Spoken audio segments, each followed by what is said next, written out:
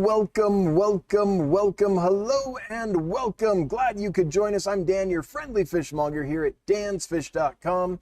And we do this every Wednesday at 7 p.m. Mountain Time. That is 9 Eastern for those that might be Mountain Challenge. Thanks for spending a bit of your Wednesday evening with us. We are going to do our shipping report. After that, we're going to talk about our giveaway and get that going. And then I'm going to tell you about some neat fish that we have that will be coming available within the next few days, or at least soon. Some of them are still in quarantine. And then we'll get to your questions and comments. And just discuss fish. So if you want to know about freshwater fish, keeping tropical freshwater aquarium fish, breeding them, setting up fish rooms, how to ship fish, pretty much anything about freshwater tropical aquarium fish, then you're in the right place. We're going to geek out about it because that's what we do. We're going to start with our shipping report, though. It was an interesting week. We got all the so Monday, we got all the shipments ready, got everything taken care of, headed up to UPS, and when we got there, they're like, well, we're still waiting for the airplane that's going to take your fish to arrive. It's not here. And the airplane never arrived. So unfortunately, all the fish that we were supposed to send out Monday did not end up going out. So that was a big bummer. I just want to apologize to all the customers. In this business, you control the things that you can control as best as you can, right? That you focus on what you can control. And there's a lot you can't. And if you focus on that too much, you will drive yourself nuts. So that is one thing that we can't control. So we try not to focus on it too much. But it is kind of deflating. Like, the whole team's been working all day. By the way, we were down a team member. We have someone out sick. And so everyone else stepped in, took up the slack, worked really hard Monday, extra focused, worked extra hard to get it all done and up to UPS on time. And then everything got out the door. Yay. And then a few minutes later, the van came back with all the fish still in it. And that's just deflating. Like, it is just, if you're a team member and you've put your sweat and your hard work and your focus into this, and you met your goal, and then it all comes back, that's just no fun. Now, the good news is these kinds of delays almost never happen. But, you know, I still don't know why the plane did not arrive. The weather was fine. There were storms in Denver, but those ended, I believe, Sunday at midnight, something like that. So those were done. I have no idea, but you know, planes break down, stuff happens. So to all those customers, though, who, you know, if you took work off so you could be there Tuesday to receive your fish or whatever, I understand, and I'm really sorry. It's just not something we could control. The good news is, though, that we sent those fish out. We were able to send those out, and customers should receive them today. And so far, we have not got wind that there's a lot of issues. We did bring them back and took care of them here, so they weren't stuck out in the cold or anything like that. Opened all the boxes, checked everyone, changed the water on some of them if they needed that, altered heat packs if the weather had changed. We did all that. And so far, the shipping report from that is quite good. So here's where we are at. Last time I gave you the 12-month running total, we were at 98.44% shipping success, which is great, but not what we want. We want 99 plus. Today we're at 98.91. We're so close to our goal of 99%. And the losses from the shipments that went out, from the delayed shipments that were supposed to go out Monday that have been reported so far, well below 1%. So that's good. So we're still doing okay. However, we're not where we want to be. We really need to get to that 99% and better. And I think there's two reasons, possible reasons, or a combination of why we're not there yet. Because I kind of thought we would be there. We're close, 98.91. We're 0.09% away. We're real close. But there's two possible things that could be happening. One is people are more comfortable reporting their losses, and it's easier to do now, and we now put inserts in the boxes that tell you how to do that and such. And so maybe more people just are like, oh, I know how to do this now. So maybe the reporting's better. But what I suspect is happening is as we've scaled and my focus has been directed at other things, I wonder if the care of the fish, the health of the fish has slipped just ever so slightly. Not a lot by any means. We still really do focus on it. But so it's a very slight possible trend. But if that is what's happening, even though it's slight, it's disturbing because that's the opposite direction of how we want to go. So I'm not sure exactly which of those scenarios it is, but it scares me enough. I know it's only 0.09%, but it scares me enough that I'm going to be focusing a lot more on just checking back in with fish health and fish care and stuff like that until we can hire someone to have that be their entire focus, their entire role. So what I had wanted to do was, instead, what I'd wanted to do now was focus on creating more content, making regular videos, doing something for the members, getting the newsletter on a regular schedule, those kinds of things. That's what I had wanted to do and planned on doing. But we're not up to our goal. So I need to step out of that and focus on the main point of our company, which is healthy fish, happy fish, until we can get up to our goal, or we find out some other thing like, oh, reporting is just a bunch better or whatever. So I'm not going to be producing as much new content as I had hoped until we can hire someone to just focus on fish health all the time. And that's what we're trying to do. So we're calling it our Chief Fish Health Officer. So that's kind of where I'm at in my head. Again, it's not alarmist. There's no fire burning that we have to run and put out or anything like that. But a year ago, before we had the big issue a year ago last January with the Chinese weather balloon that grounded all the shipments and all that for that period of time, we would have been at 99%. And so I want to get back up there. So that's kind of what's going on in my head. That's what we're going to be focusing on, what I'm going to be focusing on for a while. Okay, so that's the shipping report. Pretty good, but below where I want to be. Still really darn good though, 98.91. Yeah, that's not bad. Now let's get to the giveaway. So let me pull up a picture of this red Nerite snails. I'm sure a lot of people have seen these, but this is what we are giving away tonight. A group of red onion Nerite snails. And there's some variations. It's a common name, so there's going to be a lot of species under that name. Some have kind of these more stripy dots, if you will. Some have more of the blotches, like this one, kind of rounded and more blotched. So there's a combination. There's kind of different minutia to them, but they're all pretty much an orangey red to yellowish color with some black markings on them. They're very, very attractive. They're amazing algae eaters. They're super hardy. They thrive for us. Now, we do have hard alkaline water. That might be one reason they like that, but most of the United States has hard alkaline water. So if you use municipal water or you're on a well, you probably have pretty hard alkaline water, which these guys are going to really, really like. The one thing about Nerite snails to be aware of, let's see if I can get up, is this. They lay eggs. So if you get these and you see these little white dots appear on your aquarium glass, or if you have driftwood in there, on the driftwood or whatever, don't be alarmed. That is just their little eggs. There's some on a banana plant, little Nerite snail eggs.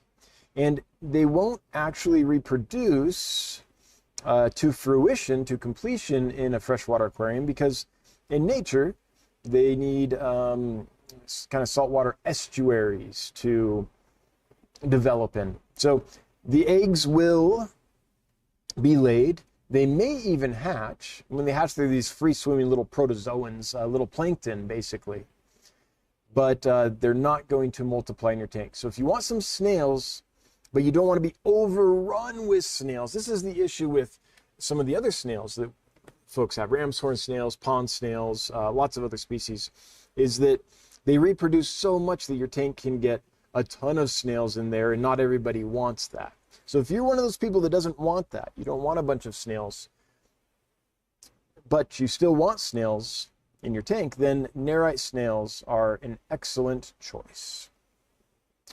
So if you would like to have a chance at winning some of these, enter hashtag snailed it. Thank you, Mystery Snail Guardians. Yes, I stole that from Mystery Snail Guardians.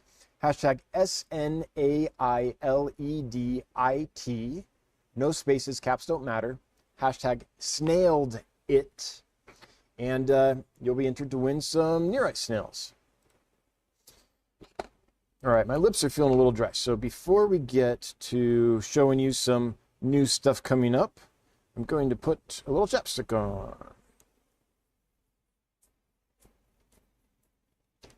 Okay, that's better.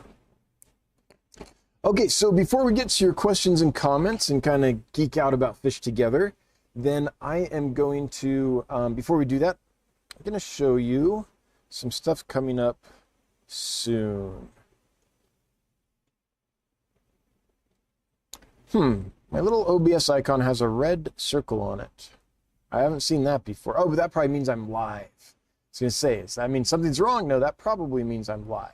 Okay, that's probably A-okay. Let me pull up this window, get it situated, and I'll show you some stuff. I think I'll start at the end.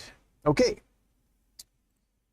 This is a fish that I love that we have not had in quite some time. It's a little dwarf acara. It's Ivanacara adokita, or Ivanacara adokita. They are stunning little fish. They're very difficult to find and they're quite pricey, but a really neat one. I think that they're just fantastic. I'm sure that if you're into dwarf cichlids, you're aware of this. In fact, it's probably on your bucket list. It's a bucket list fish for a lot of people. It's a genus made up of 2 species. The other one we also have. It's it said Nanacara. That got me mixed up for a second. It's Ivanacara bimaculata. So this is the sister species in the genus. Another just gorgeous, really nice fish. And there's a hobbyist breeder who breeds both of these here in the United States. So we were able to get these, domestically from a hobbyist breeder, which is our favorite way to source fish. So all these fish I'm showing you, I don't think they're listed yet. I think over the next 2 days, they're going to be listed if they're ready to go. And I think both of these species of Ivanacara, I think are pretty much ready to go. The other fish I'm about to show you, a good portion of them are ready to go, but some of them are going to need a little longer in quarantine. But here's what we have coming down the pipe. Black flame endlers, I think these are gorgeous. I just really like the red against the black. I like high contrast fish.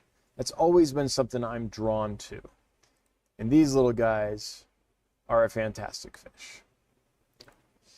Okay, this is the royal white cloud or Vietnamese white cloud. It's not the same species as the white cloud that we all see, at all the stores.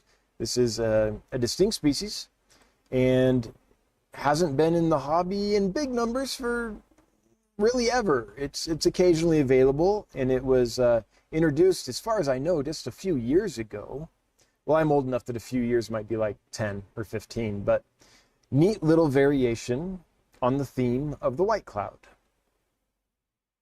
Ours were doing perfect. Today we had some down, so we're going to give them a little while longer to see. Was that just an isolated incident, or is there something in there we need to figure out? So, but hopefully they'll be available soon. Cherry barbs, we all know cherry barbs. I really like them, so we've got some available soon. We have a batch coming out of quarantine.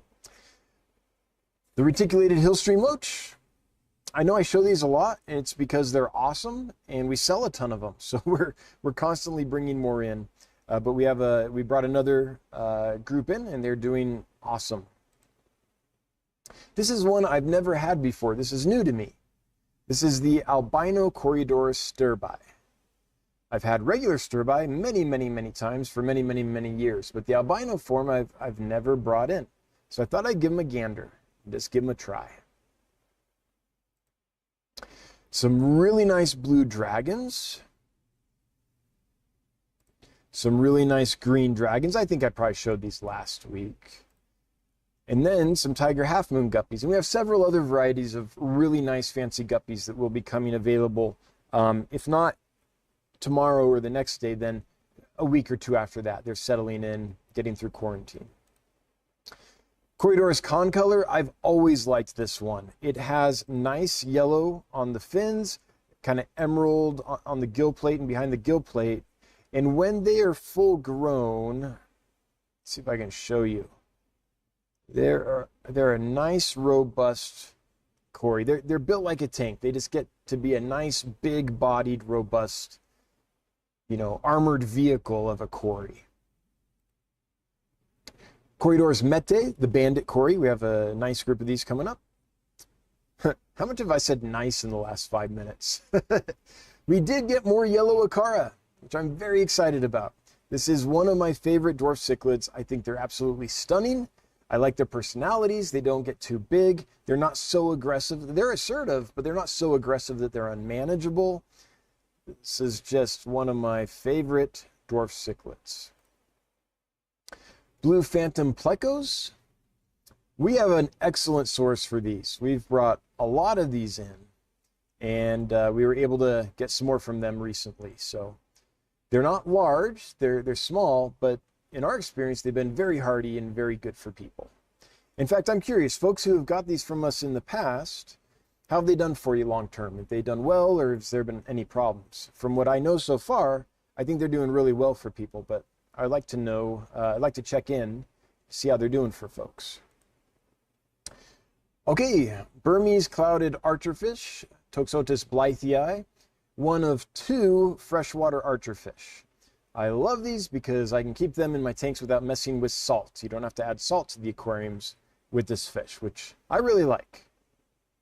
Especially, I mean, for several years now, I've run flow-through systems with auto water changes. That's difficult to do with salt. So I really appreciate a fish that I can do a freshwater system with auto water changes. We have some fancy female bettas, if you want a sorority. Some are crown tails and some are half moons. So we have both. And I Googled, I was Googling trying to find pictures of female, well, I'll show you. Female half moon betta. And it still shows me a bunch of males like that. But it's a mix of a fancy, kind of really nice female bettas for those sorority buffs. This is one of my favorite fish. I know it's not everyone's cup of tea, but I really like it. This is the croaking gourami. It is basically a large sparkling gourami, if you will. They get 2.5 inches. And when they mature and sex out, they're actually a really kind of nice looking fish. In the stores, you're probably going to see a brown dart. You're going to see this brown fish that's not very impressive. But when they settle in and they grow and they mature, they become a really neat little fish. And they make a little croaking noise. They're one of the few vocal fish. Well, at least that we can hear. Spot-tail algae eater. This is like the true Siamese algae eater. It eats algae just as well. It's the same genus. It's just a closely related species. But I think they're prettier. I like the lemon yellow on the fins. I like the dark spot here. And then I kind of like this checkerboard pattern on the, I don't know if that's the proper name for it, reticulated pattern here on the body. I think they're just, of all the Crocelius, the Siamese algae eaters species, I think this is my favorite so far as looks go. We do have chili rasboras. We have a nice group. They're getting pretty fat. I think if they're not ready to go now, they will be very soon. They're doing quite well. We, I don't know, fed them like half a gallon of brine shrimp today. They really enjoyed today. But my all-time favorite of the Boraris genus, tiny little nanofish. If it gets an inch, it's massive. And probably not going to get an inch. Really stunning color. And a big group of these in a decent-sized tank is a sight to behold. I mean, that's the way to get this fish, is in big groups. More of the platinum half-beaks. We also have the regular half-beaks. I just like these. I mean, it's like a miniature alligator gar, like the platinum alligator gar. If you see them from the top, let's see if we can find, well, that's kind of a fun picture. So we can find a top view. Probably not. There's not a lot of top view pictures of these fish. Top view? Let's see. There you go. That to me says alligator gar all over it when I see it from the top. Scarlet Batis, Dario, a little jewel of a fish. The one thing to be aware of with these fish is they're not going to readily take prepared foods. You can get them there, it's just going to take a while. So I'd make sure you have frozen foods like brine shrimp or bloodworms, or baby brine shrimp would be great, or live baby brine shrimp would be even better, available for them when you first get them. Same with the black tiger Dario, very closely related species. I think these are fantastic. This front half gets black, or almost black. Let's see if there's a picture. Here you go. That kind of shows you. But they get, yeah, that's getting there. And then it's got these nice red and beige bands on the body with the red fins. I just think this is an absolutely spectacular little fish. This one I'm very excited about. Micropoecilia picta. I have been trying to get these in for quite a while. And I can find them here or there in small, a couple pairs here and there. But finding a group large enough to bring in and, that made business sense has been a long time coming. But we finally have. And we sent, this is a fish that's new to me, and it's a little pricey. I think it's going to be 30 to 40 bucks a pair for these, something like that. So we have sent some of these to our veterinarian so that they can look them over, make sure everything's okay before we list them for sale. But so far in quarantine, they've done pretty well. There's been a loss here and there, though, so we're going to get them checked out to make sure they're all right. But I think they are. They seem to be settling in pretty well. An amazing little fish, and I'm so glad to finally be able to offer it, to be able to get it distributed. I mean, by all accounts, it's a hardy little guy and should breed well. So I think we can get these out there and get a hobbyist bred population going. I already did these. Okay, so that is just a quick look at some of the things. I didn't list everything. We have quite a bit coming down the pipe, but those are a few of the highlights. I know people have been waiting for the chili rasboras, for sure. I think that's our most requested fish right now. And they've been unavailable for quite some time. So I'm happy to have them back in again. And I think it's good that they haven't been available. My understanding, and this is anecdotal, so I don't know this for a fact, but my understanding is that basically they close down collection at certain points during the year so the population can breed and recover and all that. And I think that's great. If that's what's going on, I like a good fisheries management like that, where fish aren't over collected so populations can be stable. So I know it's a little bit annoying for people that have been looking and haven't been able to find them, but in the long term, it's probably the right move. Okay, that is all I've got for shipping report, for the giveaway, and for the upcoming events. the fish that are currently in quarantine and soon, hopefully, to come out of quarantine. A few of them might need a little longer. With that, let's transfer our focus to you guys. Let's get a discussion going. If you have questions about aquarium fish, freshwater aquarium fish. List them in the chat, and I'll do my best to get to them and get a good discussion going. Before I do that, though, I want to thank my moderators for being here every week, doing what they do. I really appreciate you modding. And I also want to remind folks that we are going to have an event around the 4th of July. We're going to open the warehouse up on Friday and Saturday of 4th of July week. So that's Friday the 5th and 6th of July. So if you want to come see the Dan's Fish Warehouse here, there are a lot of fish to look at. I guarantee we've probably got some stuff you've never seen before or have only seen pictures of. We probably have a thing or two that you've never even heard of before. So this is a place that people can generally come and definitely get lost for a day or two just looking at fish and having a good time. And last time there was enough people here that it was fun. Just look at some fish, then we provide food, we barbecue for everyone. So you look at some fish, then you go get some food, then you sit down and you chat with other fish nerds. And then you get up and you do it again. And by the end you leave, you're fat and sassy and you've had your fish fix. So that's what we plan to do the 5th and 6th of July. I'll get an official invite card with all the information and everything on the community tab here in YouTube as soon as I can breathe, as soon as I can find a moment to get to that. But I do want to let people know in advance. Okay, with that, let's get to comments and questions. The first one I can see is, here it is, Carrie Britton. Selling plants, shrimp, guppies out of my tanks to raise funds with my gift card.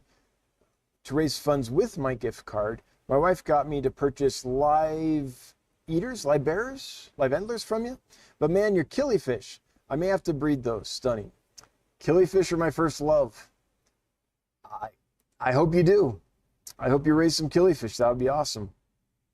But there's absolutely nothing wrong though with breeding for profit on the guppies and the shrimp. They're simple, right? And if you pick strains that are easy to resell and have a high enough market value, then same with the plants, then I think that could definitely be a decent breeding for profit tract. However, nothing beats killifish. I'm a tried and true, dyed in the wool through and through killifish nerd. They're my absolute favorite. So I second that motion. I get it, Carrie. Wooden Aquanut. Continuing report. All alive, heat packs warm, water temp 83. All right, I'm glad that they made it in good shape. 83 is a little warmer than I want, but all's well that ends well. It's that time of year when things are a little bit in flux, heating up a little bit, and so I'm being very careful as I determine the heat pack load of each box we send out. But 83, I definitely don't want it hotter than that. Now, just a question for you, Wooden Aquanut. When you measured that temperature, was that you took the lid off and put a infrared temp gun down, pointing at the top of the bags? Or did you measure the actual water temperature in the bags? Because if the top of the bags was 83, then that's probably about right. Then I bet the water was in the 70s. Probably 74 would be my guess, something like that. But if that's the actual water temperature, then that's a little warmer than I want. Now, one nice thing about using pure oxygen is it does give you some leeway on the temperature. So the danger basically with them getting warm is the warmer the water, the less oxygen the water holds. So it's really helpful to use dissolved or pure oxygen when you're shipping fish, because then you get more dissolved oxygen even when the water is a little warmer. Cool videos from a cool guy. I loved Corey's till mine ate my baby Molly. Really? How did they manage that? Did you witness this with your own eyes? Man, I've raised so many library babies with Corey's. Anyway, sorry to hear that the baby Molly didn't do well.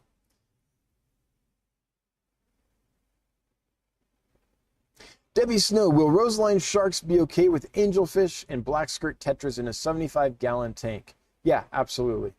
I think that would be just fine. Spoiled Sushi, I bought, whoops, and then it cut off. Let's see, did Spoiled Sushi finish the comment? I don't know.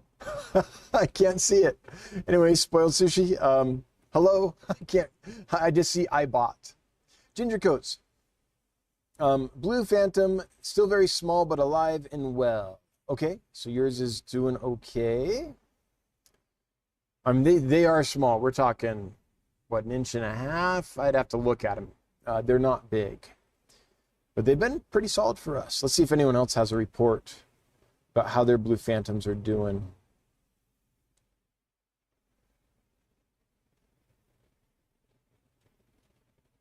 Not that I see yet. Rogue, or is that Rouge? I think that's Rogue. Do you have any koi snakeskin guppies on the horizon? Not the albino.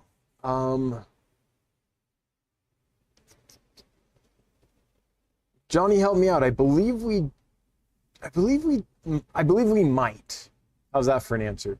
Would you send us an email, hello@dancefish.com? That's HELLO@dancefish.com, and ask us, Rogue, because so yeah, there's a tank of koi over there that are not albino, but I can't remember if they're snakeskin or not.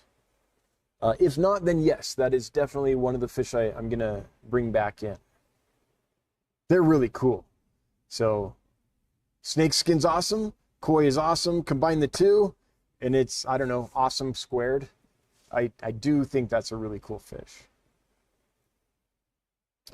Spoiled Sushi, there it is. I got 2 Blue Phantom plecos, and they're doing great. My only concern is they aren't getting any bigger. The green phantoms I got today are already larger than they are. Beautiful fish. Let's see here. Blue Phantom pleco.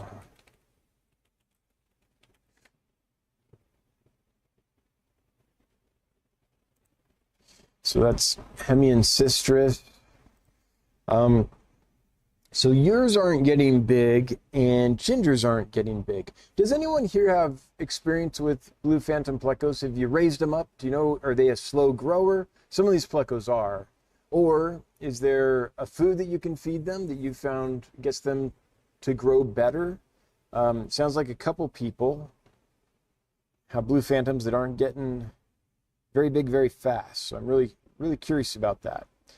I myself don't have a lot of experience with that species, so I'd be curious to learn. Matt Deemer, can you share varieties of corridors that stay on the smaller side outside of dwarf varieties? I believe pandas, elegans, aspidoris, but I'm curious if you can name any others. Yeah, is it Evelyn corridors?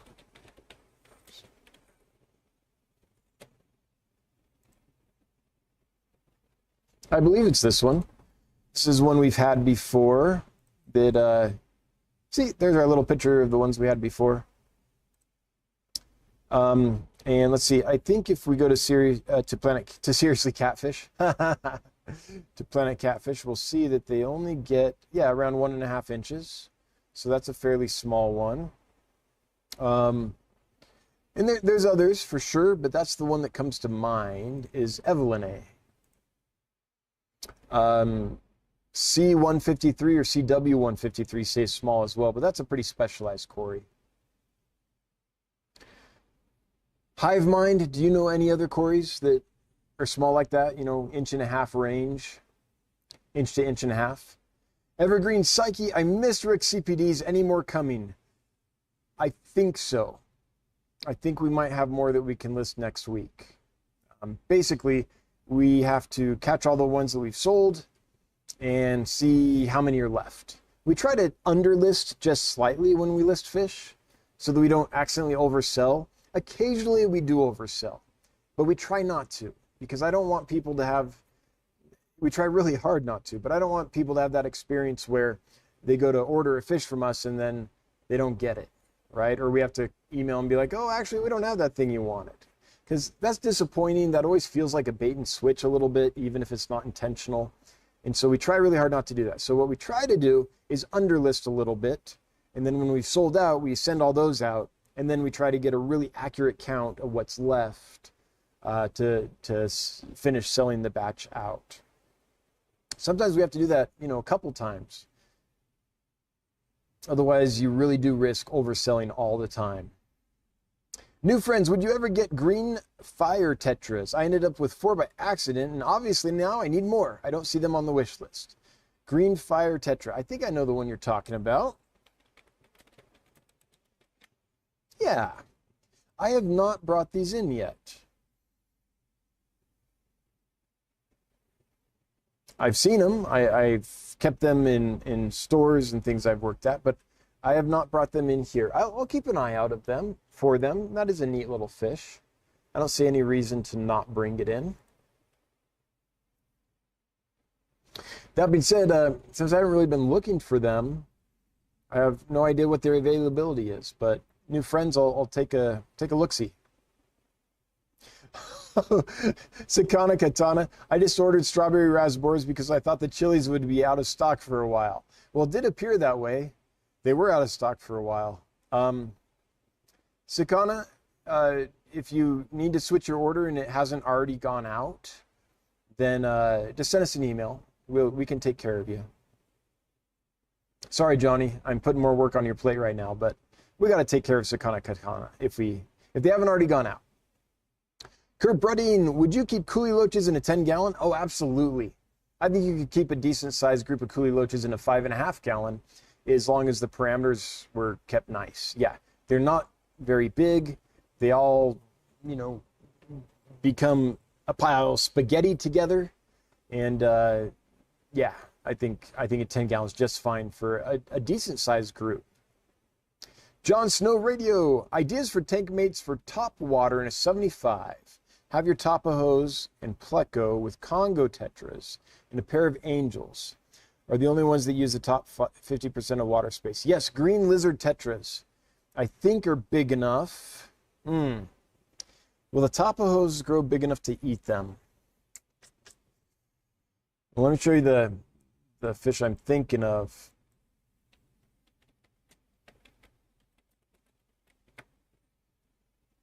These guys. The thing I like most about these is something that you can't ever get in the pictures. Let's see if anyone has managed to catch it at all. Now we're just into green lizards. Okay. It's not a common fish, so there's not a lot of pictures of it. This is kind of showing it to you a little bit, although it's not clear. They have a very bright, iridescent, concentrated iridescent patch going down their back. It looks almost like a Miyuki rice fish. It looks almost like this really bright, kind of iridescent patch that goes down the back. The green lizard tetras have that all down here. I have not found a way to adequately show it on pictures or in video. Let's see, is that the right angle? I mean, you see a tiny bit of the glow here, but it doesn't really give you the full effect. The question I have, though, is they're a long, slender fish. They do like to hang out towards the top of the water, in my experience. My question, because see how they're kind of elongate like this? They're not like a big, deep-bodied fish. I just wonder if your larger fish should get big enough to eat them. So, can I get away with saying hatchet fish? Those definitely have a nice, deep body. Those would do well. I want to say like one of the larger species of half-beaks, but those are elongate enough too that might be a little bit risky. A little bit risky. African butterfly fish would probably be okay as long as, let's see, what did you have in there? The Congo tetras might nip at their little butterfly, filament extensions. If you had a plan B available were that to happen, then that would be a really cool option if it did work out. I don't know, Jon Snow, those are my thoughts. I feel like I failed you a little bit, though. I know there's other ones. It's not coming to mind right now. All right, Hive Mind, what do you think? What could go in Jon Snow's aquarium in the top level? Michael, I just saw Michael Millier, and then chat jumped. Oh no. Michael, I want to get to your question. What was it? There it is. Help me pick a Gudeid, ? Looking for shrimp safe and will colony breed in a planted 10-gallon. I can do colony breed, but I can't do shrimp safe. I don't know of any Gudeid that wouldn't just absolutely enjoy any shrimp you put in there. Yeah, I literally think all of them would actively hunt shrimp, and if the shrimp was larger, then as soon as it molted, it would probably be toast. Maybe there's one out there, but I can't think of it. But as far as colony breeding, a lot of them colony breed. Right now we're colony breeding here Xenotoca dodroi, which is gorgeous and super easy. And can obviously breed really well at 79 degrees because that's the temperature we keep them at. I think this is one of the prettiest of the Gudeids. It's got kind of this iridescent blue. It's got this orange-red tail. It's a really sparkly, neat fish. And we have ours in a tank. It doesn't have a lot of plant cover in it or anything like that. And there's tons of babies all the time. And they don't seem to bother them. Oh, I'm not even showing this. I'm sorry. Here it is. Really pretty, neat color pattern on these guys. Very sparkly. Lots of kind of iridescent jewel spots on them. Yeah, I think that one hits on all levels for Gudeids. It's beautiful, super easy to breed.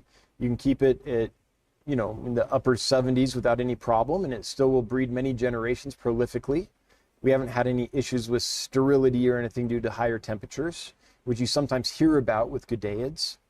And we weren't trying to breed them. We had them in, I believe it's true that was a bare tank with, all it had was an air stone and maybe a small chunk of driftwood. And babies galore. So I think that's the one I would go with.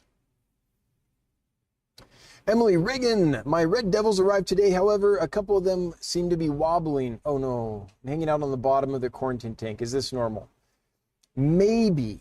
So discus and angelfish, when you first release them from the bag and put them in an aquarium, there's something about, I think, the pressure differential that they kind of swim on their side. They'll often go to the bottom and lay on their side for a little while, especially if the tank has any depth to it. The way to prevent that is release them into the tank in like a big net where it only goes down like, 4 to 6 inches, something like that.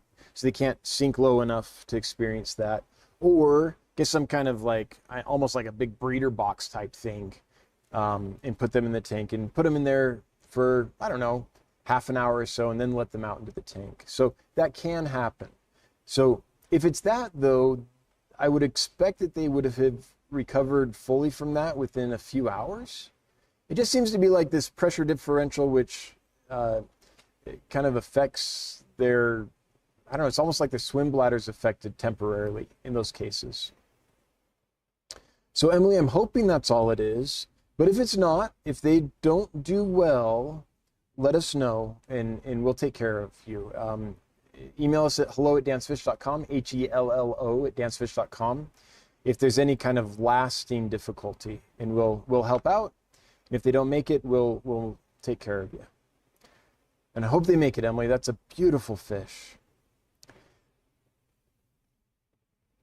Spanish pickles, best way to get cheap rimless tanks and or glass to make tanks.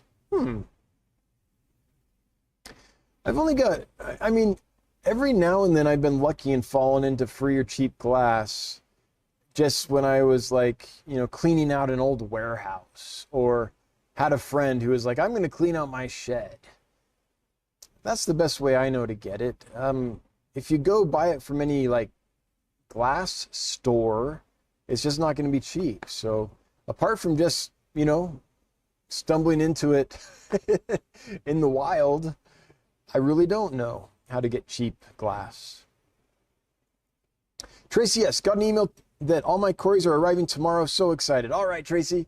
I hope they do really well for you. Let us know how it goes. Nothing more fun than a tank with a bunch of Corys playing around and clowning around in it. Plain Fish Guy, do you typically quarantine snails? Can they transfer disease to your fish? We do quarantine snails. They get the normal quarantine period that the rest of our fish get. Can they transfer disease to fish? I think this is where I wish I knew. I don't know that much about that topic. My understanding is no, that shrimp and snails don't transfer a lot of diseases to fish, but I know there are some that they can. So I don't know exactly which ones. I'm not that informed about it. But we do quarantine. They can't transfer most diseases, but there are some that can be transferred. Ted Strange, number of males and females for breeding hillstream loaches.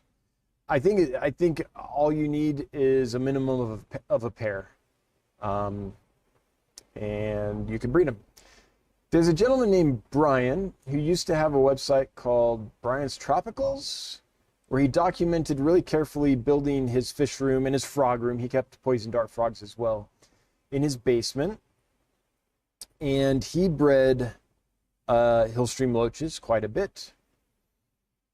And I'm trying to remember what his breeding groups look like. But you can find that, Brian's Tropicals or Brian Basement Poison Dart Frogs or something like that. He goes into detail on how he does it. But I think a pair is sufficient. Ideally, though, for a fish like that, I think it'd be, one male and, 5 or 6 females.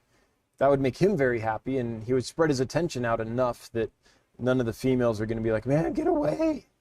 That being said, I don't know anyone that has had a problem keeping just a pair of hillstream loaches together. Wanna-Cobble, any hillstream loaches known for eating Nerite snail eggs? Not that I'm aware of.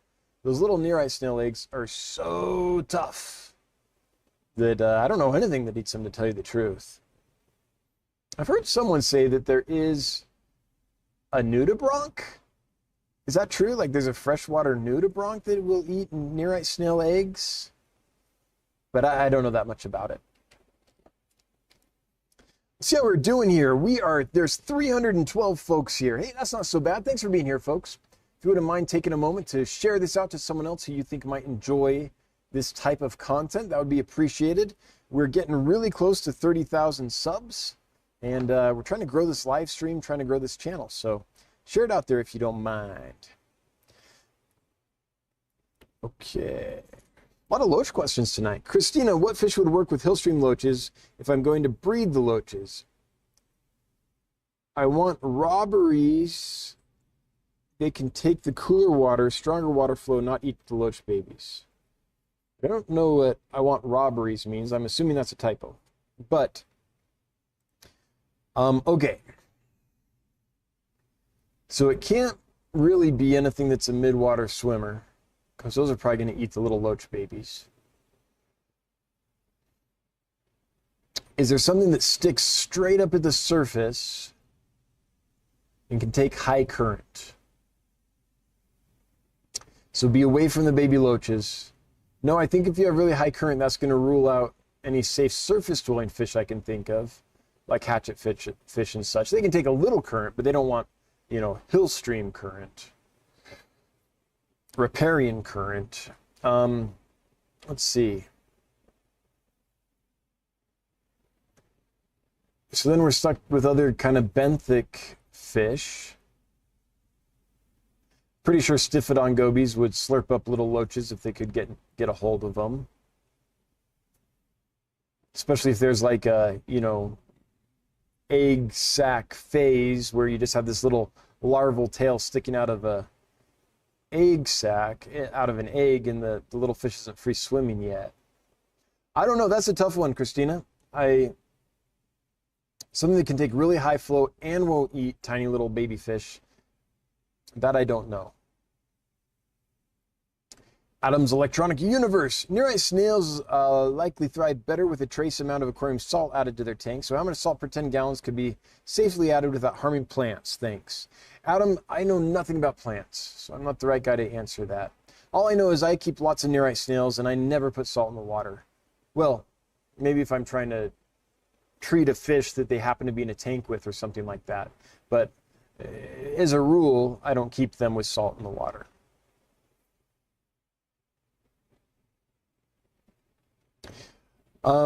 Dane Hudson, what temps do the white wizard snails like? I have no idea. All I know is we keep them at 79 degrees and they seem to be doing really well. We have babies, they're eating well, they seem to be doing great. So I don't know what the range is, but I know 79 degrees works. But I would think any normal tropical aquarium, type temperatures, mid to upper 70s, maybe low 80s would probably be just fine.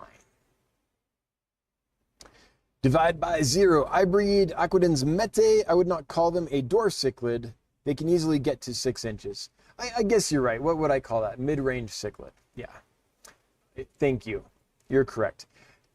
I always think of anything like around that size. Like I even think of like blue acaras as kind of a dwarf. But you're right. I guess that would be a small to medium range cichlid. Sure. Good call.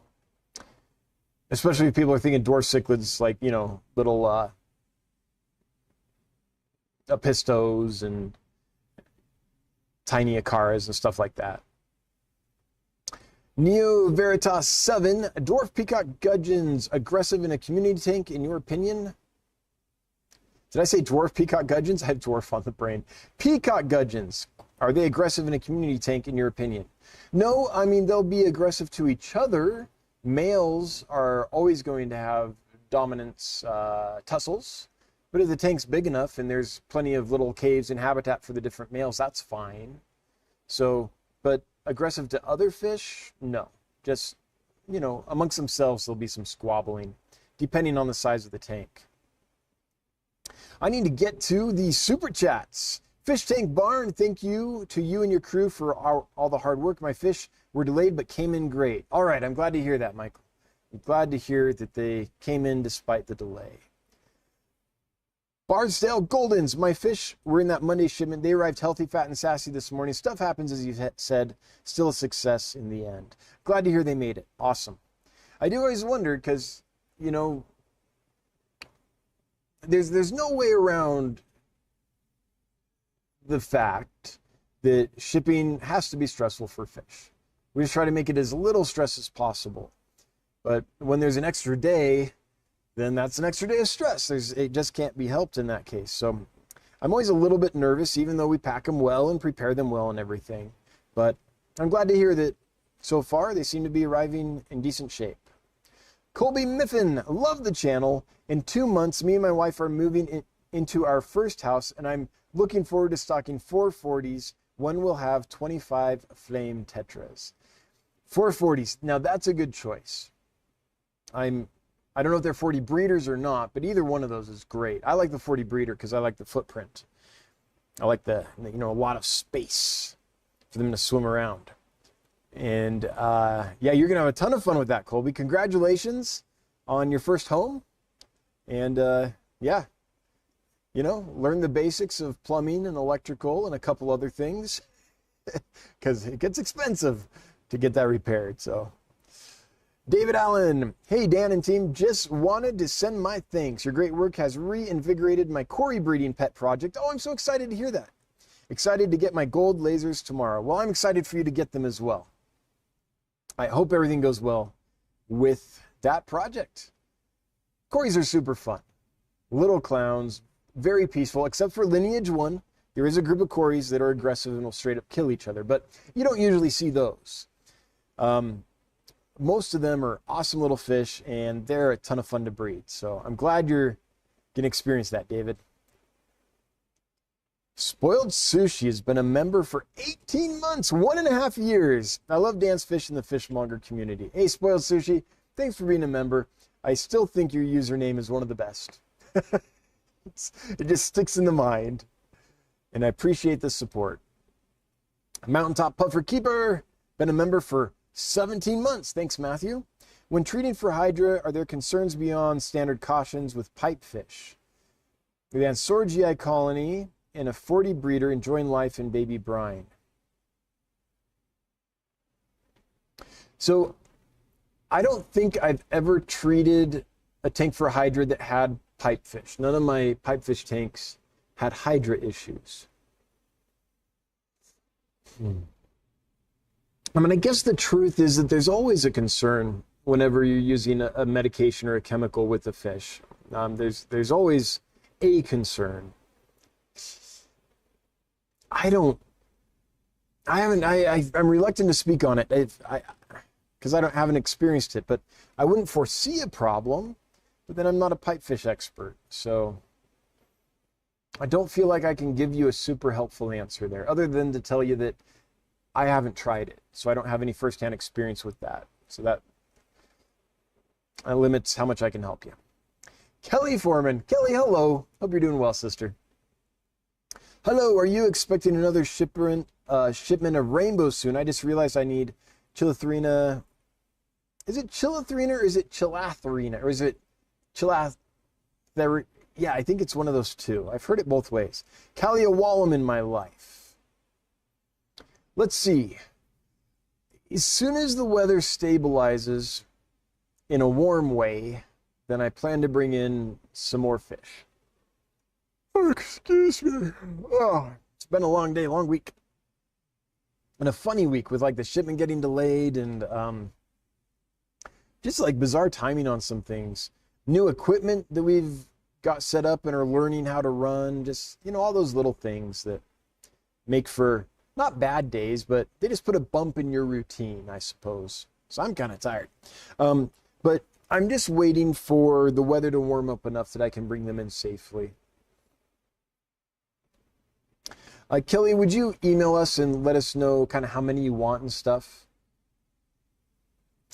Killer Kitty gifted 5 Dancefish memberships. Killer Kitty, thank you. That is so much appreciated. Cheers to you. Giving memberships is one of the best ways to help the channel because growing that membership pool really helps us in many ways. So I really appreciate that. Thank you. By the way, David, congrats on your first super chat on a live stream.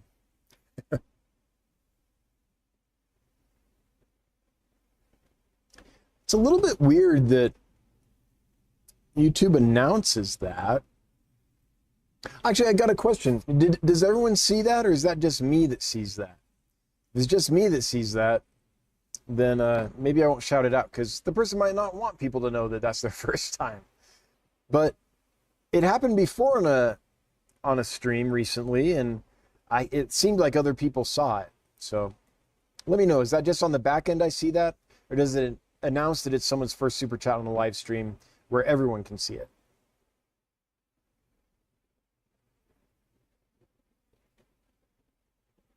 Scotty the Fish Freak. Scotty, hello, my friend. I hope you're doing really well. The new club in Maryland is having a meeting on Sunday, and it's all about killies. 3 local killie clubs and AKA members are doing a joint presentation. Already tons of killies and eggs in auction.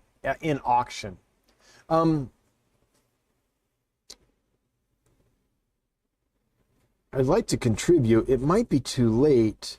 Scotty, would you email me, if you don't mind, would you email me your address?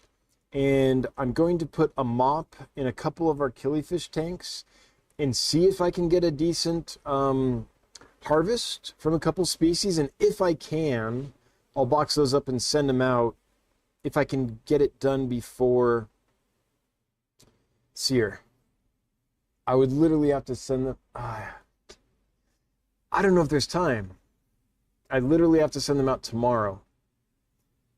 I can try. If you send me an address where I can send them, I'll put some mops in some tanks tomorrow morning. And if I get a decent number before the end of the day, we'll throw some in a box and overnight them to you and donate them to the club.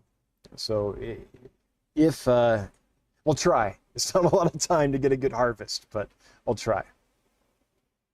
I've got some Fundulopanchax emiati, and I've got some Chromaphiosimian, the funge. What else do I have that is not an annual species?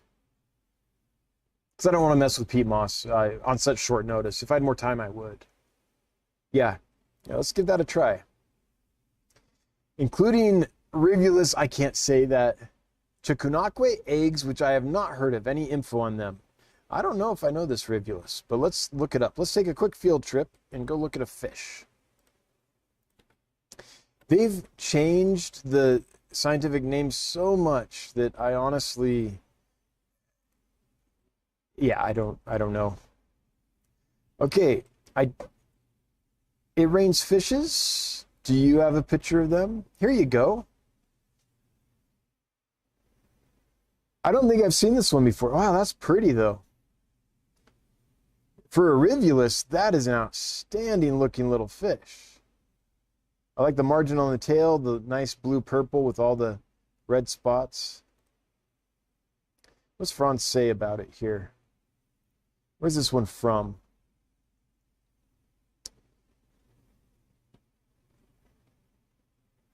Oh, there's not a lot of information on it, is there? Yeah. Looks like a nice one, Scott. I've never even heard of it before. At least not by that name. I don't recognize it. Okay. This is 4511. My Fantastique Congo Tetras came in great today. Awesome. I'm glad to hear that. What a great fish. Just wait till they color in. They really are, well, they're aptly named Fantastique because they're fantastic. It's a great fish. I'm glad you were able to get some. BK, thank you so much for the super chat and the thumbs up. I appreciate it.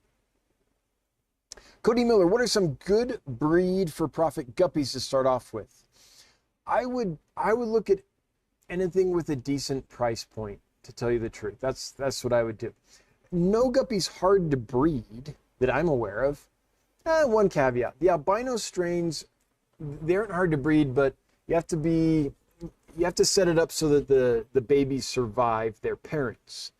They're more likely to get eaten by their parents than other strains.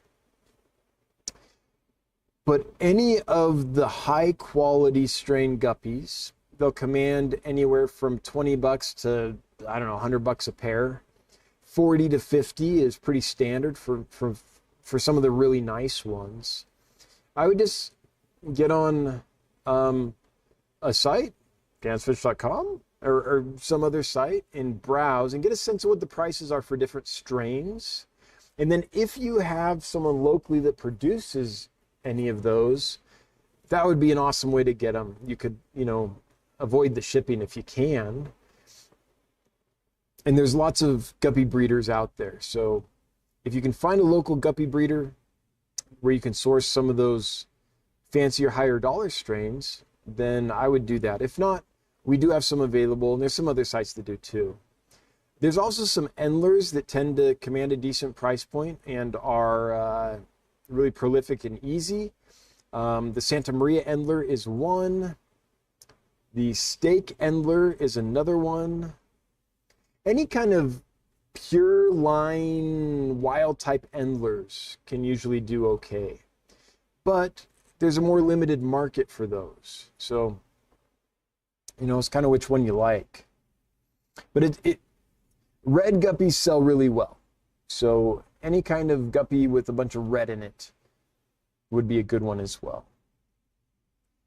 Provided it's a good enough strain that it commands a high enough price point. If the goal is profit, and it sounds like from what you're saying there it is, then I just think it makes sense to start with a higher value brood stock, because that's going to pay for itself multiple times over. Let's say the worst happens and you breed this isn't the worst, but let's say you breed a bunch and you can't get 60 bucks a pair for the number you've bred. You've bred so many you've saturated the market. Well, you can probably sell them for 30 bucks a pair. That's still a good price for guppies, right? So that's the way I would do it. Now, there's a lot of folks that don't want to work that hard though, and they'll just breed mutt guppies. And they'll sell them for cheap to their local pet stores, and as long as they look good, then some pet stores will be willing to buy them. So the advantage there is you aren't having to select for the strain and do all the work to keep a line nice and clean. You can just kind of produce a bunch. So it's less work, but also the fish are less value. So there's that trade-off to think about too. But for me, I would go with, man, the Ginga rubra Endler. That thing's gorgeous, and they're fairly new to the market. They're not widespread yet, and yeah, I think that would be a good one to look at as well. Div by Zero, thank you for the trout goodaids. By the way, I got them from you, and they're doing great. I already have people wanting some at my club. Oh yeah, that's a fish that you'll never saturate the market with. That fish, there's always more demand than supply. So trout goodaids, you're going to have a lot of people knocking on your door trying to get some if you've got them. And the reason is goodaids just aren't prolific. They invested in quality, not quantity. And what I mean by that is goodaid babies are huge, big enough that often the parents aren't even interested in eating them because they would have a hard time eating them. They're that big. But they're also few in number. Whereas a guppy or a swordtail or a platy or something like that, they're going to produce lots of babies, but they're going to be much less developed, much smaller. So goodaids just aren't that prolific. They have really well-developed young, but not many of them. In fact, they're a fish that it's almost placental. It's really neat. The posiliids, swordtails, guppies, mollies, platies, that kind of thing. Basically what they are is killifish. They evolved from killifish. They're both tooth carps. So there's two kinds of tooth carps in the world. There's live-bearing tooth carps. Those are those posiliids. And then there's egg-laying tooth carps. Those are your killifish. And at some point, the killifish stopped laying the eggs and retained the eggs in their body. But that's kind of where it ended more or less on a lot of live bearers. So the egg develops in the mother's body, but she doesn't nourish it. She just keeps it in her body where it's not going to get eaten until it's ready to hatch, and then it comes out. So it comes out bigger than like an egg scatterer because there's fewer of them, but it hasn't been nourished by the mother herself. She made the egg, and that was the end of the energy that she put into that offspring specifically. Goodaids are different. Goodaids have a cord that they actually feed nutrients to the babies through. It's almost like a placental mammal in a way. It's an analog to a placenta with an umbilical cord. I think it's a cord if I remember right. But anyway, however they do it, they actually nourish the babies. And so the mass of the babies when they are born is greater than the mass of the eggs when they first start developing. And I learned recently because we sent some Phalloceros. It's like the dusky millions fish and a few others in that genus. There's a university in Riverside, California that's doing some research on those, trying to figure out more about their gestation and how they nourish the young and stuff in the womb, analog to a womb. And I had thought that it's just the goodaids that nourish the babies in utero, if you will, that actually supply them with nutrients outside of what's already encapsulated in the egg. But no, the Phalloceros genus does it as well. I just learned that from UC Riverside. So we sent them some Phalloceros that they're going to do some work on, and hopefully we can learn more about that. But I thought that was fascinating. I thought it was just goodaids, but apparently there's other live-bearing freshwater fish that also nourish their babies. I hadn't known that. That's something that I love about this hobby. Like, the more you know, the more questions you have. And the more you know, the more you realize you don't know. You'll never know it all. So you're constantly learning. It's constantly kept fresh. It never gets stale because there's new mysteries to unravel every day. I love it. Anyway, divide by zero. That's why trout goodaids are never going to saturate the market. They just aren't prolific enough. So good call on getting those.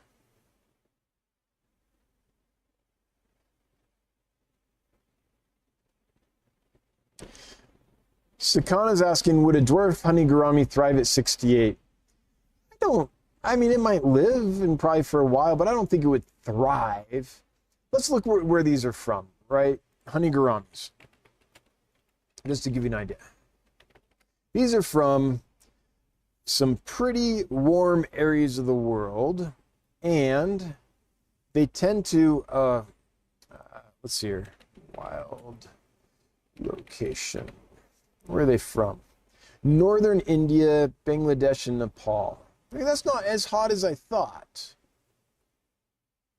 Northern India is in Nepal and stuff can get a little cooler. However, these gouramis are in more stagnant waters and they're in the lowlands. These aren't like a highland mountain fish.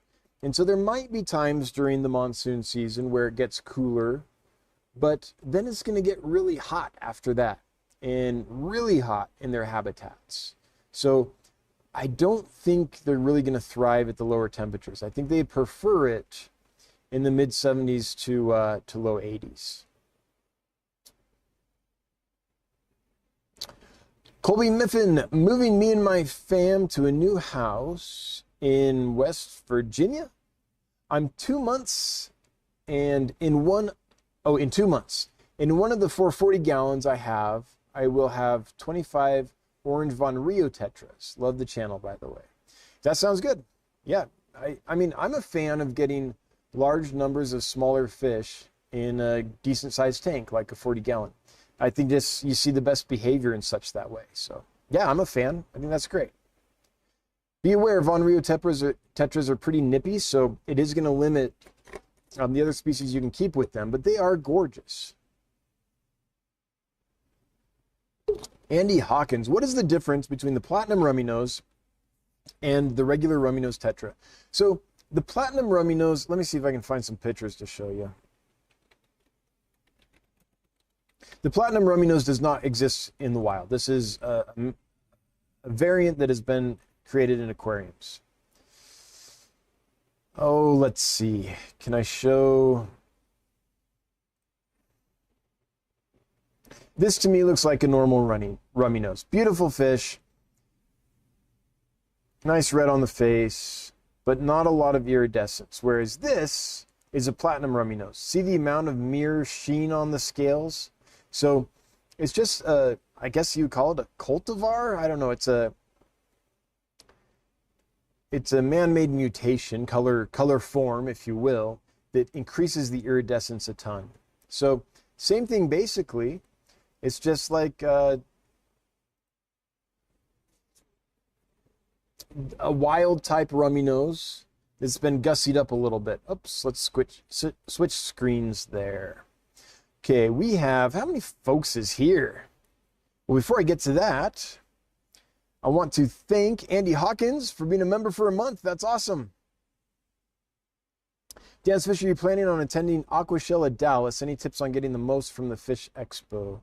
Andy, did I answer this one last week or the week before? I think maybe it was someone else. So I'm not going to be attending. We're getting to the point where maybe I'll be doing that, but I'm going to be laser focused on fish health for quite a while. I'm hoping that we can find, or actually, yeah, I'm hoping we can hire someone real soon to head up that position. But even after that person's hired, I'm going to be working closely with them for a while as they get up to speed and stuff. So for a while now, I'm going to be tied up with that. And then when that's done, there's some other big projects here, including content creation I need to do. I'm just not quite to the point where I can go off to a convention just for funsies. But my best tip for getting the most out of a fish event is to create your own calendar. So I think I talked about this last week, but real briefly, look at the schedule of events that they have posted on the website or what have you. See what you like the best and then enter it into the calendar on your phone. And that way you won't do what so often we do, which is get through the event and be like, oh shoot, I missed that one. I really wanted to go to that thing, that lecture, that whatever the event is. But you go to these things and it becomes this whirlwind of activity. There's so much happening. So to not miss the things that are really important to you, my best advice is just do that. And then my other advice is leave some unstructured time on your calendar. So you can go and just browse around and kind of serendipitously, if you will, give yourself opportunities for serendipity and for neat things to happen that you couldn't have planned. So that's my best thoughts.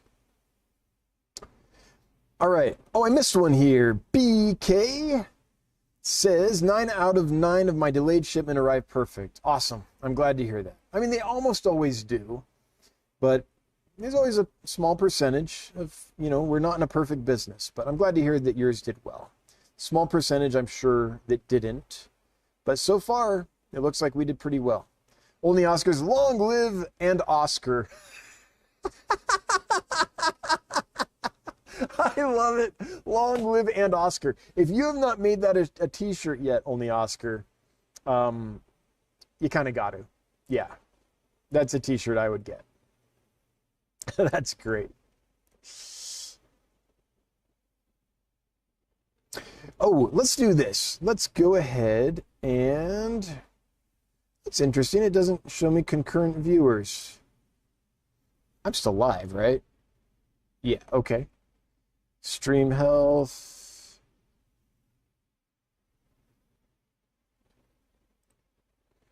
Stream is healthy. Okay. I wonder why it won't show me concurrent viewers. Oh, there's a window here that got smudged. That's why. Okay, 6 new members. That's pretty cool. 197 likes. Awesome. And 385 concurrent viewers. Not too bad. Let's go ahead and do the giveaway here. This is for some red onion Nerite snails, which I'm sure are a mix of species. That's a common name that currently refers to several species as far as I can tell. And there are, 248 folks entered to win those. That's not bad. The winner is Kate Hull. Kate, congratulations. You have won. Kate Hull, you have 2 minutes to chime in. Let us know that you're here. Let me set my Google timer. 2-minute timer.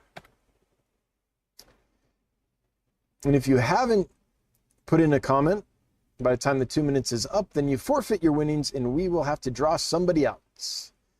That's the rules. TK rule. Okay. T. Krulik? Yeah, that's what I'm going with. How are the Hawaii Variatus looking? They need longer. We actually sent some to the veterinarian because what's happening with them is most of them look great and they're eating and they're acting like they should, but then every couple days there's a couple down, or just very gradually some will die. And so we need to figure out what's going on there so we can treat it and take care of it before we sell them, because we don't want you to have that experience. That's unfortunately par for the course with live bears. We've found ways around that for the most part. We still struggle a little bit. Like I tried a new live bear supplier recently, and we're sending some of those to the vet too to figure them out because we have run into some issues. So currently, I have 2 live bear suppliers that I kind of know their fish. 3 really. 3 really. I kind of know their fish. I kind of know how to land them, and usually we have very few losses with those fish. But I tried a new supplier, when? I think a week ago they came in, roughly, a little over a week ago. And whenever you bring in a new supplier, especially of guppies and stuff, there's a learning curve. Every supplier has their own issues, and you've got to do the work to figure out what those issues are and proactively prevent them or treat them or whatever you need to do to get them nice and healthy. Now, I have had suppliers I've tried in the past where no matter what we did, we couldn't do that. Some of them arrived with a virus that was not treatable, and so literally nothing we did would help. And I know that that's what happened because the lab diagnosed that. This new supplier, I'm hoping that we can figure them out because they have some really nice stuff. And if we can, then we'll get those released. The Hawaii Variatus have me puzzled though, because those are from a supplier we know, and we've had good luck with their fish before. So I don't know what happened this time. I don't know if something went down and there was extra ammonia exposure during shipping or what. I really don't know. So we're bringing the vet on board to help us out with that. But right now they look good, but I don't trust them yet. So I don't. And when this happens, when it's like the fish look great, we know the supplier, we know that fish, they usually do awesome. Why is it there's just this gradual, really gradual decline? Here and there, one or two will just, not do well. And then you think it's over, but then another one or two start not doing well. So sometimes it's literally just time and they heal up and then we can sell them. Sometimes we can find something and be like, ooh, and treat and fix the problem. Sometimes we never know. Sometimes we never end up selling the batch just because we never get them to the point where we're confident they'll thrive for the customers. So that's where we're at with those to Krulik. I wish I had better news. So it's always, well, it's straight up frustrating is what it is when you're just trying to, help a fish and you can't figure out how. Yeah, it's the worst. Quinn, hello, I got some Betta Smargadina from you and was curious about the origin if they're wild or aquarium bred. Extra context, I received these on the 1st and they bred on the 3rd. Oh, I'm so glad they bred for you. That's awesome. Quinn, if you ever bred enough that you wanted to sell them at a wholesale lot, I would love to buy those from you. So those are wild. They're sourced from Aquarium Glacier, who brought them in wild. So that's a wild fish via Aquarium Glacier. And that's really all I know about them. Other than to say, that's awesome they bred for you. I hope you can raise them up, and I'd love to buy them. Oh, let's see if our winner is chimed in. Let's see. Yep, it's over 2 minutes. Oh, Kate has, for sure. I'm here. Thank you so much. I'm here. Sent you an email. Thank you. Wooden Aquanut. Hee. You see I'm right here, right? Yeah, Kate's definitely here. All right, Kate, congratulations on the win. To claim your winnings, you already sent the email, but I'll say it because I say it every time. Send us your first name, your last name, and your mailing address to hello@dansfish.com. That's HELLO@dansfish.com, so we can figure out when to send you your snails. And congratulations. That's awesome. Okay, I can shut down Nightbot now. Got a couple minutes for a couple more questions. Have you heard sparkling gouramis are extinct or close to it in the wild from habitat destruction?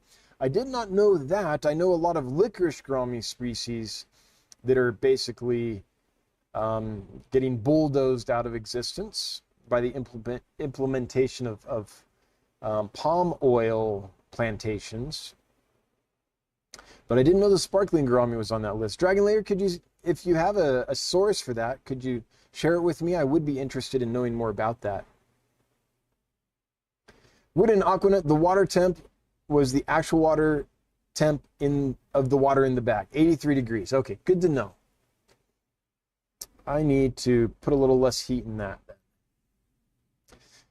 Linda, is it Sicoli?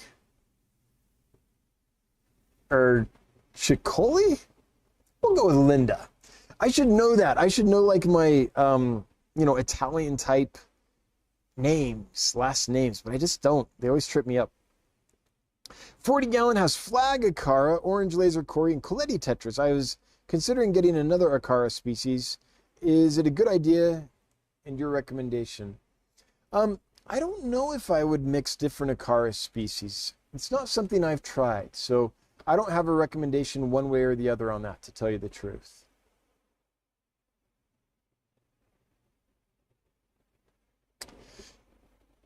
What temp do you keep your homage? Why could I just suddenly not say that word? Ajamaru rainbow fish for breeding. 79 degrees. All of our fish, every fish, snail, shrimp, everything that we keep and sell here at Dance Fish is kept at 79 degrees.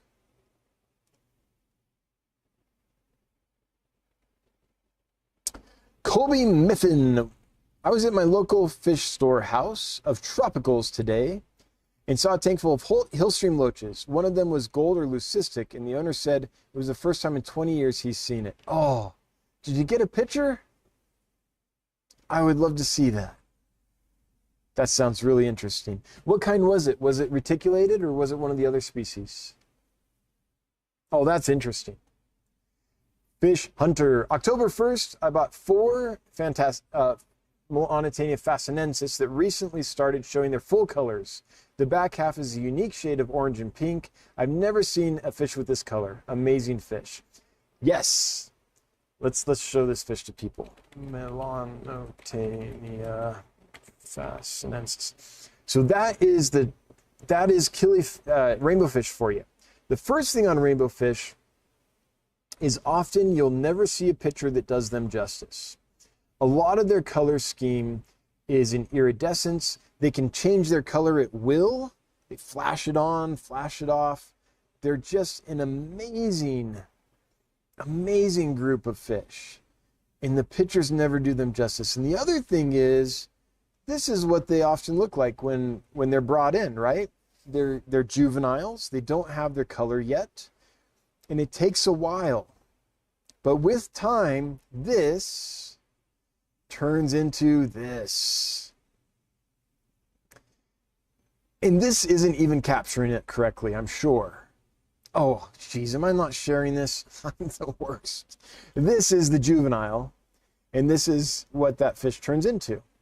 So that's the story of rainbow fish. And I think this is one reason they're not more popular, because, you know, this is what you see when you, well, first of all, it's hard to find them. And then when you can find them, you see that. And it's like, what? That is 20 to 30 bucks or whatever? No way. But that sure is. So it just takes a little time.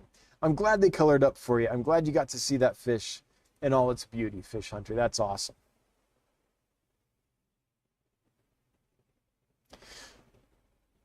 Okay, let's see here. I'm going to go down to the bottom and see what the most recent comment is and close on that. You aren't showing the fish, Dan? I know. How many times have I done that? You'd think that I'd be better at doing this by now. But no.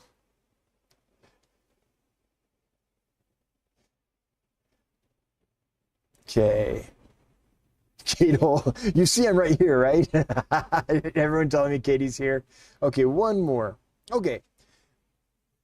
Nabokov fan 87. And when you find an issue like that and the fish go to the vet, do you pass the results to the seller? Yes and no. So if it's an issue that can affect them, then yes. But sometimes it's like, oh, the fish we had in that tank before had that issue. We thought we had got it eradicated, but maybe we didn't. So maybe it's the tank that made the fish sick and not the supplier. It's usually not us. We're very, very careful, but I don't want to always point fingers at the supply chain. It's generally the supply chain, don't get me wrong. But I never want to get complacent and be like, we're perfect, everyone else is the problem, right? So there's definitely been times when we've discovered things and been like, oh, that's our issue. And then we have to find ways to, you know, make sure that doesn't happen again. So I'm always learning. So yeah, definitely we work closely with our suppliers.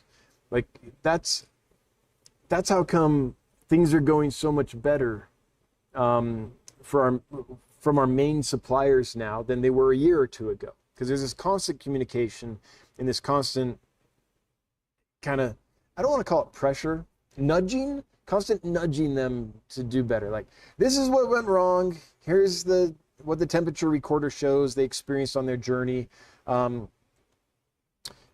We need to fix this. We got to find a way to keep them warmer. Like that's one that's been ongoing and is getting a lot better for sure. And with all suppliers, it's not, there's no one supplier that it's like, oh, these guys do it right every time. Like there's some that really lean in and try really hard, and those are the ones we stick with. So you got to communicate constantly. Like this new supplier that we're bringing in these guppies from, there's going to be some work. We're going to go back and forth. We're going to have to figure out what is the issue, and then we're going to have to figure out, okay, here's the issue. here's some suggestions about things that could be done to mitigate the issue. And if they play ball, then we'll keep working with them. So far, they have agreed to send us fish at half their normal density, which is awesome. That's like step one. I don't, with the exception of one supplier that I work with, no one else has done that. Has packed in low enough densities to be what I would consider humane. So the first step with a new supplier is always, okay, how densely are we packing the fish? Oh, let's cut that by half, or, by, 2/3, or by whatever it needs to be. So if they're willing to play ball on that, then usually it's like, okay, this is someone who's willing to, my mic fell over, willing to do this work. So it's this constant communication, and there's constant progress. We'll never get perfect, but we're, the pursuit of perfection, as Lexus says. Okay, with that, we're going to close this down. Oh, it's 8:33, and I'm kind of tired. So let's shut this down. Thanks, everybody, for being here. I want to thank my moderators for moderating the chat, keeping everything running smoothly. I want to thank everyone who's a member of the Fishmonger crew. Thanks so much. And everyone that gifted memberships or sent us super chats. Thanks for the financial support. Much appreciated. Where am I at now? I'm quite tired. Let's see here. What is my sign off? I've done this 300 times almost, and I can't remember my sign off now.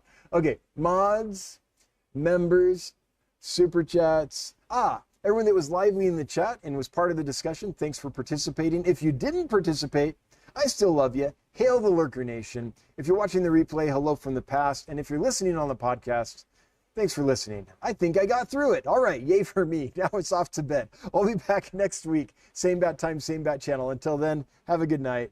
Bye-bye, everybody.